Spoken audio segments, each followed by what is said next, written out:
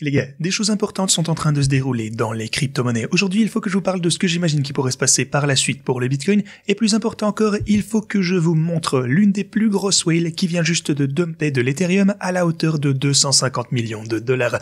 Alors, que compte faire cette personne par la suite? Eh bien, aujourd'hui, il faut qu'on discute de tout ceci. Je vais également vous parler des marchés traditionnels, de tout ce qui se déroule actuellement dans l'espace des crypto-monnaies. Je vous tiendrai au courant de mes bots et bien d'autres choses encore, alors assurez-vous de rester du début jusqu'à la fin. Bienvenue à tous, je m'appelle Maxime et je vous apporte chaque jour des nouvelles vidéos en français sur les crypto-monnaies en vous apprenant comment vous faire de l'argent sur ce marché. Si vous êtes nouveau sur cette chaîne, alors soyez sûr de vous abonner et d'activer la cloche dès maintenant. Ok, alors les gars, petite mise à jour rapide ici, ce que vous pouvez voir sur l'intervalle de 4 heures pour le Bitcoin, c'est que depuis la ligne rouge ici, au bord de la boîte orange, eh bien on a eu une énorme poussée, et puis à partir de ce point, on est donc remonté jusqu'au 44 342, ce qui est en fait très proche du sommet du bear market ici, enfin plutôt du swing high qu'on a pu atteindre depuis le bottom ici, c'était au 45 000 $, et puis donc on s'est approché de ce chiffre à 44 300, et depuis lors on a connu un léger recul, mais le Bitcoin semble toujours être dans une tendance à la hausse. On est toujours dans une situation un petit peu comme ceci, pour moi c'est vraiment bullish. On est dans un... Vous pouvez constater ça également, en fait on est dans un canal, certains appelleront ça un biseau, mais bref, on se consolide à l'intérieur de ce pattern, donc tout va pour le mieux actuellement. Regardez ça, depuis qu'on a eu cette énorme poussée, on a eu une consolidation, on a eu une autre grosse consolidation ici et une poussée. Alors est-ce qu'on va maintenant voir une autre poussée vers des niveaux plus élevés prochainement? Ça ne me semble pas improbable les gars. Alors c'est certainement quelque chose à laquelle il faudra se préparer, c'est mon scénario de base pour le Bitcoin, c'est une tendance bullish. Maintenant, pour le reste du marché des cryptos, eh bien il y a quelques autres points à prendre en compte. Tout d'abord, le fait que les marchés traditionnels ont connu une forte chute. En fait, hier, ils ont chuté de près de 2% en 4 heures seulement. Dites-vous que pour les marchés traditionnels, c'est énorme.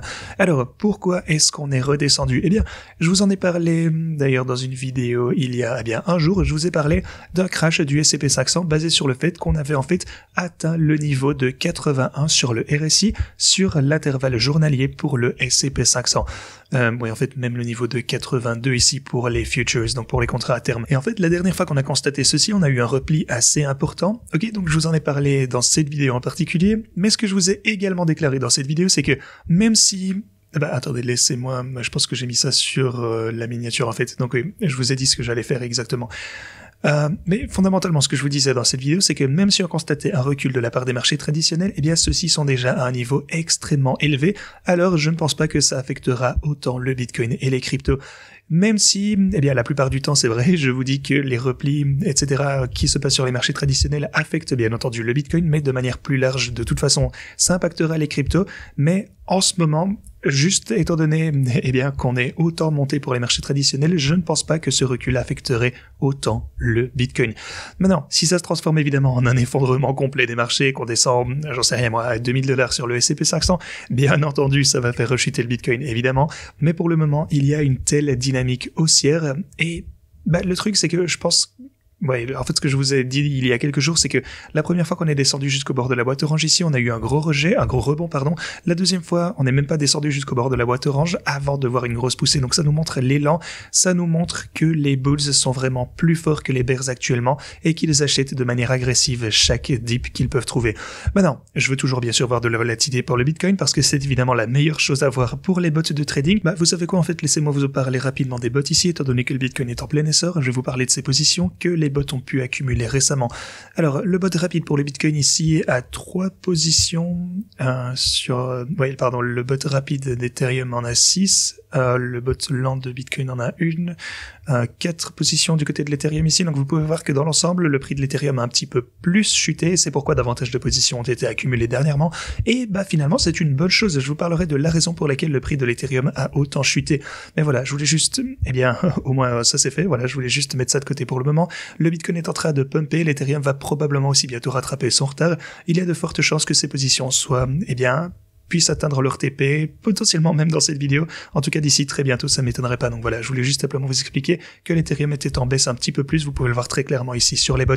En fait, si je regarde le graphe de l'Ethereum, vous pouvez voir que sur l'intervalle journalier, on est à un niveau extrêmement important à ce stade. Vous pouvez voir qu'à ce point, on s'est fait 1, 2, 3, 4, 5 et 6 fois supporté sur cette chandelle qui a été un peu indécis 6, 7 fois, vous pouvez le voir. Donc on veut vraiment qu'on puisse se maintenir à ce niveau. Mais le truc, c'est que l'Ethereum a vraiment martelé ce niveau. Si vous regardez regardez d'ailleurs son prix par rapport au Bitcoin, eh bien vous constatez qu'on a ce biseau un petit peu descendant, enfin fortement descendant même de l'Ethereum, et on est désormais sur le bottom. On se fait supporter à plusieurs reprises ici sur la descente, on a été rejeté ici, mais si vous dézoomez un petit peu et que vous prenez quelque chose comme l'intervalle mensuel cette fois, vous pouvez voir à quel point actuellement sur le graphe d'Ethereum contre Bitcoin, donc si vous tracez l'Ethereum, donc pas par rapport au dollar mais le Bitcoin, on est à un niveau vraiment bas. On n'a pas vu un niveau aussi bas depuis le mois de juin de 2022. Et avant ça, en réalité, la dernière fois qu'on a pu voir ce niveau avant cette occurrence, c'était le 1er août de 2018, donc ça fait un bail également. Vous pouvez voir que ce qui est en train de se passer en ce moment pour l'Ethereum n'est pas forcément normal. Il est mis à rude épreuve, mais ce n'est qu'une question de temps. Et d'ailleurs, je voulais vous parler en fait de la raison pour laquelle on voit ceci.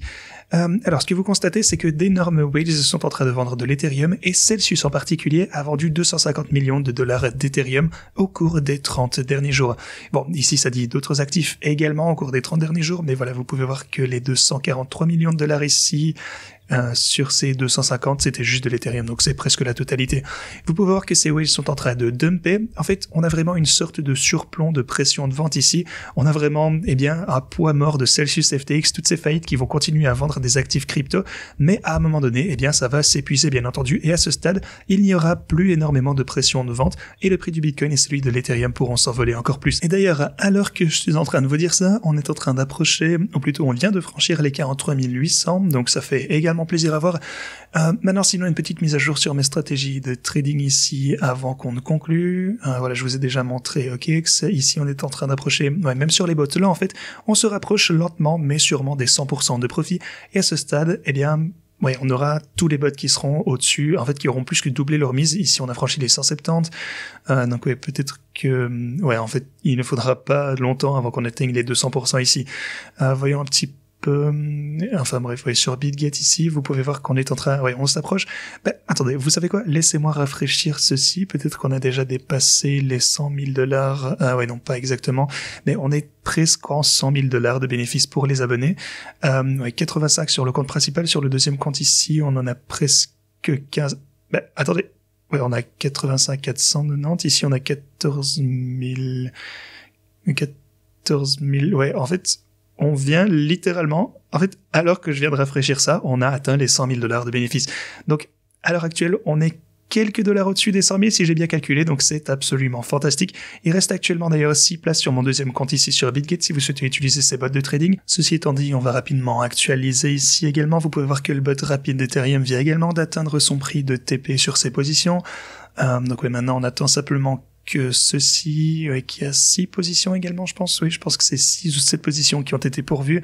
Donc voilà, on attend simplement qu'on atteigne le TP ici, et c'est la raison pour laquelle je souhaitais aborder ce truc en premier, parce que vous pouvez voir qu'on a déjà généré des bénéfices en plus. Ceci étant dit, si vous souhaitez utiliser ces stratégies de trading, rendez-vous en description de cette vidéo. Tout d'abord, vous pouvez, regarder ma vidéo tuto qui vous explique comment tout ceci fonctionne.